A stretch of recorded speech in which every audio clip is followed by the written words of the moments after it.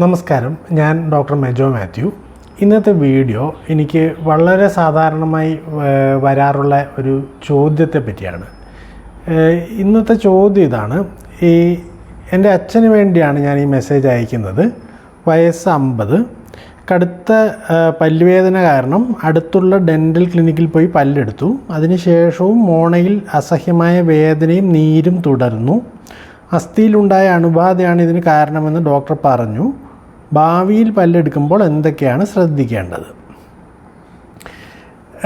ഇതിൻ്റെ ഉത്തരം എന്താണെന്ന് ചോദിച്ചാൽ, ആദ്യം തന്നെ ദന്തരോഗ വിദഗ്ധനോട് നിങ്ങൾക്കുള്ള എല്ലാ അസുഖ വിവരങ്ങളും, അതായത് ഉദാഹരണത്തിന് പ്രമേഹം, ബ്ലഡ് പ്രഷർ, ഹൃദയരോഗ സംബന്ധമായ പ്രശ്നങ്ങൾ, രക്തം കട്ട പിടിക്കാതിരിക്കാനുള്ള മരുന്നുകൾ വല്ലതും ഉണ്ടെങ്കിൽ അവയെപ്പറ്റി, ഏതെങ്കിലും മരുന്നുകളോട് അലർജി ഉണ്ടെങ്കിൽ അതും കൃത്യമായി പറയുക.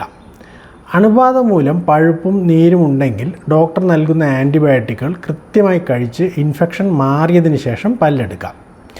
വായ്ക്കകം ശുചി അല്ലെങ്കിൽ പല്ലുകൾ ക്ലീനിങ് ചെയ്തതിന് ശേഷം മാത്രമേ പല്ലെടുക്കാവൂ.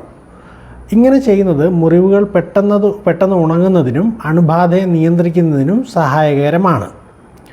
പല്ലെടുത്തതിന് ശേഷം മോണയിൽ വെച്ചിരിക്കുന്ന പഞ്ഞി 1 മണിക്കൂർ നേരം കടിച്ചു പിടിക്കുക. അധികം സംസാരിക്കുകയോ വിരൽ തുമ്പ് കൊണ്ടോ നാവ് കൊണ്ടോ ആ പല്ലെടുത്ത ഭാഗത്ത് തൊടരുത്. വീട്ടിലെത്തിയ ശേഷം ആ ദിവസം മാത്രം ഐസ് കട്ട തുണിയിൽ പൊതിഞ്ഞ് പല്ലെടുത്ത കവിളിൻ്റെ പുറത്ത് ഇടയ്ക്കിടെ വയ്ക്കുക.